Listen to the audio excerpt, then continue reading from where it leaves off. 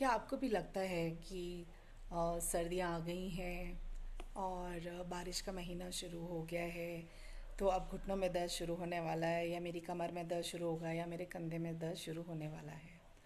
क्या आपके भी ऐसे ट्रिगर्स होते हैं? चलिए इस बात को हम समझते हैं। तो अक्सर होता ही है कि सपोज़ कि आपका दर्द किसी स्पेसिफिक सीज़न में हुआ, बारिश में हुआ, सर्दियों में हुआ, तो वो जो सीज़न है वो महीना तो निकल जाता है और आप आगे बढ़ जाते हैं, राइट?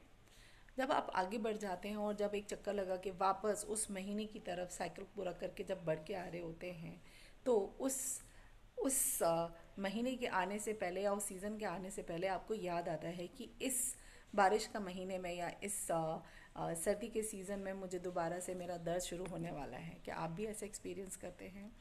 तो चलिए, ये हमारी बॉडी के साइकोसोमेटिक इश्यूज होते हैं, राइट?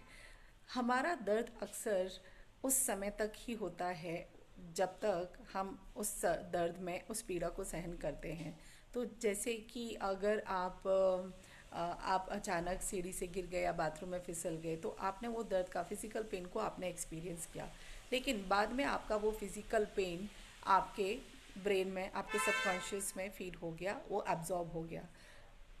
आपका सबकॉन्शियस माइंड उस पेन को, उसके सीज़न को और उससे रिलेटेड जितने भी उसके एंकर्स हैं या ट्रिगर्स हैं, वो सब चीज़ उसको सब अब्जॉर्ब कर लेता है। तो अगली बार अगर महीना आने वाला, हो सकता है कि आप उस जगह ना भी रहें, आपका घर भी बदल जाए, लेकिन वो जो महीना आता है उस महीने के आने से पहले ही आपका सबकॉन्शियस माइंड एक मैसेज देता है, एक मेमोरी याद, आपको एक मेमोरी याद आती है कि आपके घुटने में दर्द हुआ था इस समय में, और वो आपका घुटने का दर्द एक्टिवेट कर देता है। जो एक्चुअल घुटने का दर्द नहीं होता है, ये घुटने की दर्द की वो मेमोरी होती है जो एक्टिवेट हो जाती है।